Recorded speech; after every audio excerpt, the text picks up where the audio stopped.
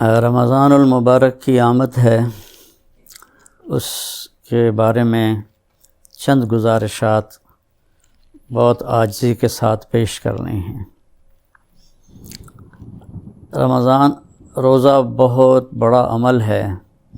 اللہ تعالیٰ نے فرمایا کہ روزے کا بدلہ میں خود ہوں، اور ایک جگہ فرمایا کہ میرے نبی نے کہ کوئی جانتا ہی نہیں ہے کہ روزے کا ثواب اللہ نے کیا رکھا ہے۔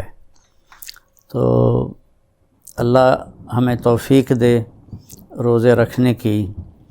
تو اس سے پہلے ہم اپنے دلوں کو صاف کر لیں۔ کسی کی نفرت ہے اس کو صاف کر دیں، بغض ہے، حسد ہے، کینہ ہے۔ کینہ ہوتا ہے کسی کو نقصان پہنچانے کی نیت، یہ بغض سے زیادہ بڑی چیز ہے۔ تو اس قسم کی جتنے بھی ہمارے دل میں منفی چیزیں ہیں، یہ ہم اللہ سے مانگ کے اپنے دل کو صاف کر دیں تاکہ ہمارے روزے قبول ہوں۔ اور خاص طور پر اگر ماں باپ کی نافرمانی ہے تو رمضان میں اس کی بخشش نہیں ہوتی۔ ماں باپ کے پاؤں پکڑ کے معافی مانگ لیں۔ اگر شراب کی عادت ہے تو شرابی کی بھی بخشش نہیں ہوتی، توبہ کر لے تو سب معاف ہے، تو اس سے بھی ہم توبہ کریں۔ اور رشتہ داروں سے برا سلوک ہے تو اس سے بھی ہم توبہ کریں اور ان سے ملیں، جا کر جھک جائیں۔ اور جھک جانے میں اللہ نے عزت رکھی ہے۔ اور کسی کے بارے میں دل میں کینہ ہے، یعنی اس کو نقصان پہنچانے کی نیت اور ارادہ ہے، اس سے بھی توبہ کریں تو انشاءاللہ ہمارے روزے اللہ کی بارگاہ میں قبول ہوں گے۔ آخری رات اللہ فرماتے ہیں کہ دن کے روزے اور رات کے قیام کی وجہ سے میں نے ان کے سارے گناہ معاف کر دیے۔ اور اللہ تعالیٰ نے ہر امت پہ روزہ فرض کیا ہے۔ ہمارے لیے روزہ آسان کیا ہے کہ ہمارے لیے سحری بھی ہے اور ہمارے لیے افطاری بھی ہے۔ تو اہتمام سے ہم ان روزے رکھیں اور کوشش کریں کہ پیٹ بھر کے نہ کھائیں تاکہ جسمانی فائدہ بھی ہو، روحانی فائدہ بھی ہو۔ اگر ایک مہینہ پورا ہم اس طرح روزہ رکھیں کہ ہمیں ظہر سے بھوک لگنی شروع ہو جائے تو پورے مہینے میں ہمارے جسم کے اندر جتنی بھی کثافتیں اور غلط چیزیں جمع ہیں وہ ساری دھل جاتی ہیں اور صاف ہو جاتی ہیں۔ تو رمضان کا مطلب ہے جل جانا۔ تو رمضان اور جل جانا اور روزہ، اس میں مناسبت یہ ہے کہ جوں جوں انسان روزے رکھتا چلا جاتا ہے اللہ اس کے گناہوں کو جلاتا جاتا ہے، یہاں تک کہ آخری رات اس کے سارے گناہ جلا کے اسے پاک اور صاف کر دیتا ہے۔ تو ہم اپنے دلوں کو صاف کر کے لڑے ہوئے اسے صلح کر لیں، معاف کر دیں۔ چند دن کی دنیا ہے، لڑائی جھگڑے کا موقع ہی کہاں ہے۔ چند صبحیں ہیں، چند شامیں ہیں، بہت سی بیت گئیں، تھوڑی باقی ہیں۔ بہادر شاہ ظفر رحمۃ اللہ علیہ کا شعر ہے، ان حسرتوں سے کہہ دو کہیں اور جا بسیں، اتنی جگہ کہاں ہے دل داغدار میں۔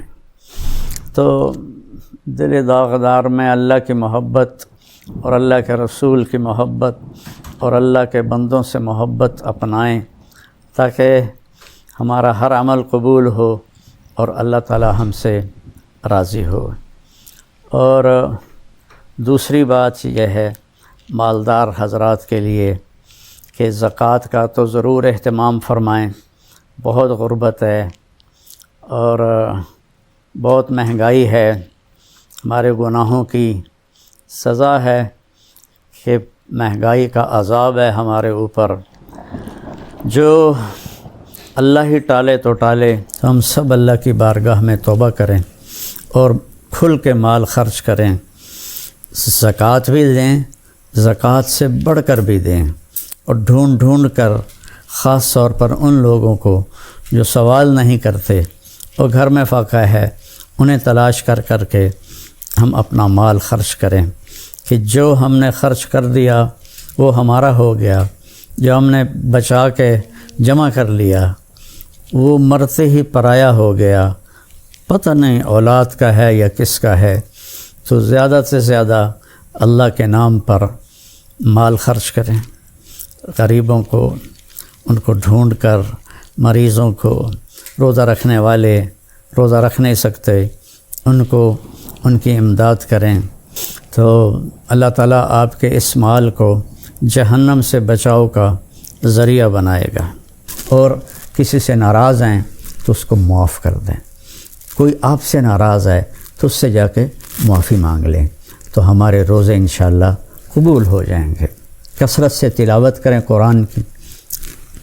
بخاری شریف کی روایت ہے، کانا رسول اللہ صلی اللہ علیہ وسلم اجود الناس، اللہ کے نبی سب سے زیادہ سخی تھے، وَأَجْوَدُ مَا يَكُونُ فِي رَمَضَانَ حِينَ يَلْقَاهُ جِبْرِيلُ يَأْتِيهِ كُلَّ لَيْلَةٍ فَيُدَارِسُهُ الْقُرْآنَ۔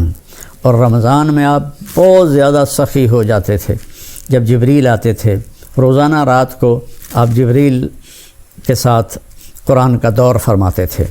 تو یہ واحد نبی ہیں جن کے پاس اتنی کثرت سے جبریل تشریف لائے، ہر رات تشریف لاتے تھے۔ میرے نبی کو 9 رمضان ملے، تو ہر رات کو، اور آخری رمضان میں 2 دفعہ آتے تھے، 2 دفعہ قرآن کا دور ہوا آپ کا جبریل کے ساتھ، اور فرمایا ولا رسول اللہ صلی اللہ علیہ وسلم اجود بالخیر من رمضان من الریح المرسلہ، کہ اللہ کے نبی رمضان میں جبریل کے ملنے پر تیز ہوا سے بھی زیادہ آپ کی سخاوت ہوتی تھی۔ تو میں مالداروں سے کہتا ہوں سخی بنیں، صرف زکوٰۃ دے کے مطمئن نہ ہوں، زکوٰۃ سے اوپر بھی خرچ کریں، اللہ آپ کا رزق بڑھائے گا۔ اللہ مجھے آپ کو توفیق نصیب فرمائے۔ السلام علیکم ورحمۃ اللہ وبرکاتہ۔